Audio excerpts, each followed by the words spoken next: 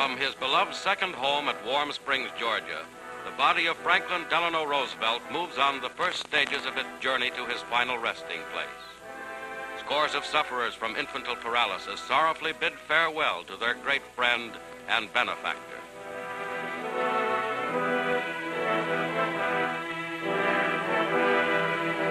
The president's dog follows his beloved master.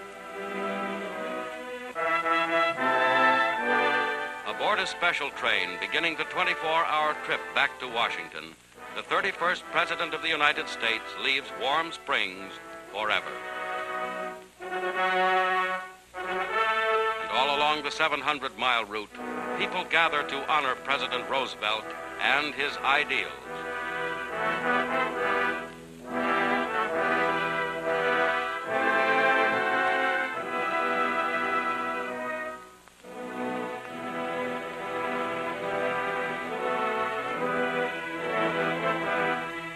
Slowly, the train backs into Union Station in the United States Capitol, awaited by a military guard of honor and members of the late great Chief Executive's family.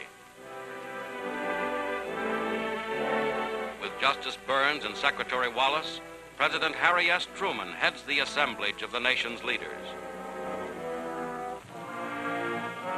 On a 6-horse field artillery caisson, escorted by representatives of every branch of the nation's armed forces, the casket passes grief-stricken throngs of people en route from the station to the White House.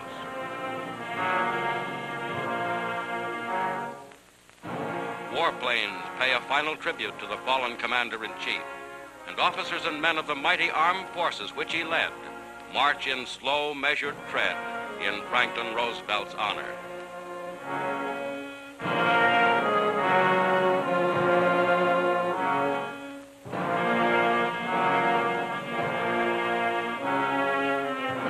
Across from the White House in Lafayette Park, the men, women, and children whom Franklin Roosevelt served so well watch in tearful silence.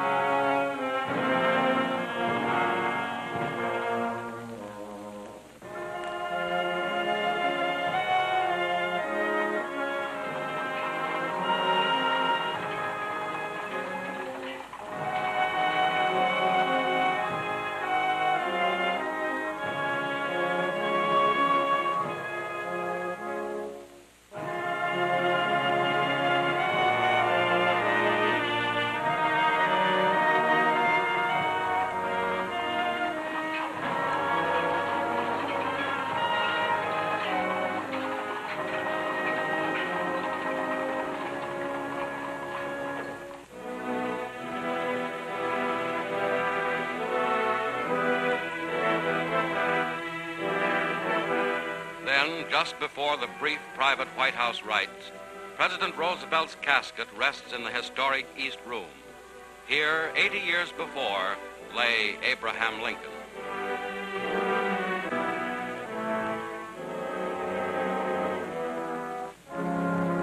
Now, home again, to the garden of his family home in Hyde Park, New York, comes President Roosevelt. Here in the old and lovely Hudson River estate, which several years ago he bequeathed to the people of the United States, the mortal remains of a man whose career has known no parallel in our time will rest forever.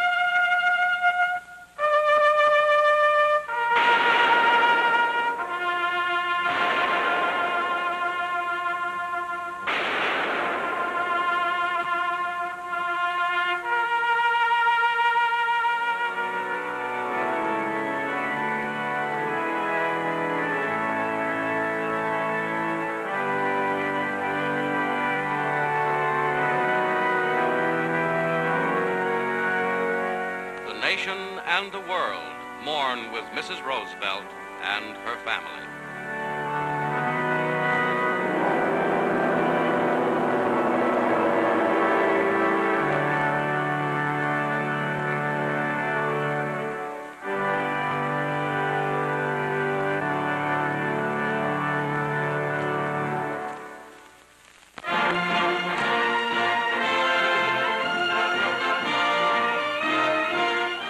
S. Truman, President of the United States. Distinguished Senator from the state of Missouri for 10 years and Vice President since the last national election, Mr. Truman brings to his new high office an understanding of the gigantic American war effort, second only to that of the late President Roosevelt. Climaxing a long record of senatorial leadership, as chief of the famous Truman Committee on War Production, his work was a vital factor in the vast Allied war effort. At last summer's Democratic National Convention, Harry Truman was chosen as candidate for vice president with President Roosevelt. His brilliant record, hailed at the convention, included leadership in legislation for the reciprocal tariff, for the Selective Service Act, for Lend-Lease, and the repeal of the Neutrality Act. In 1935, he had voted for the World Court, and he had consistently given support to the progressive social program of the Roosevelt administration.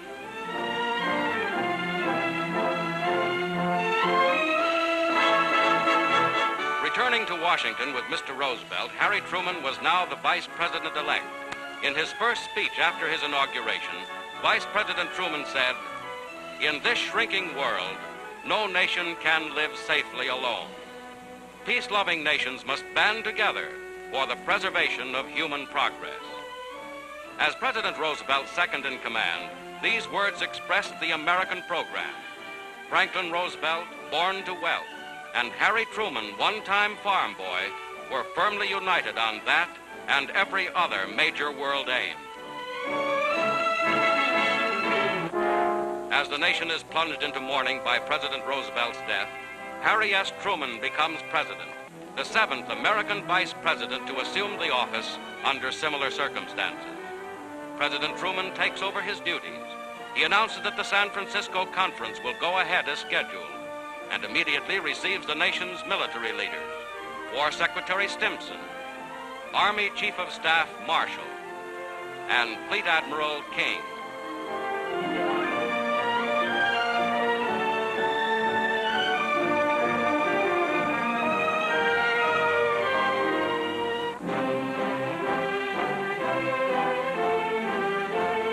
James F. Burns, high Roosevelt aide who took part in the Crimea Conference, Secretary of State Stettinius, British Foreign Secretary Eden, and Ambassador Halifax also visit the President.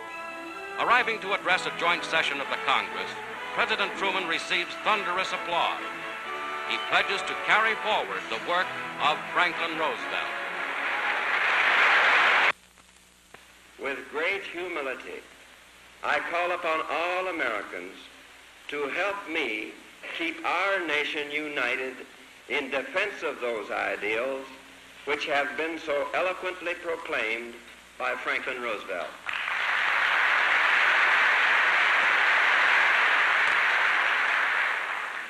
I want in turn to assure my fellow Americans and all of those who love peace and liberty throughout the world that I will support and defend those ideals with all my strength and all my heart.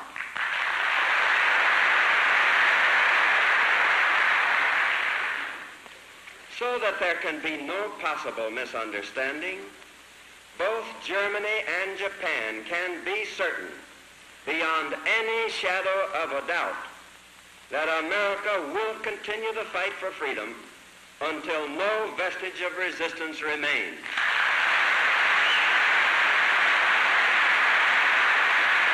Our demand has been, and it remains, unconditional surrender.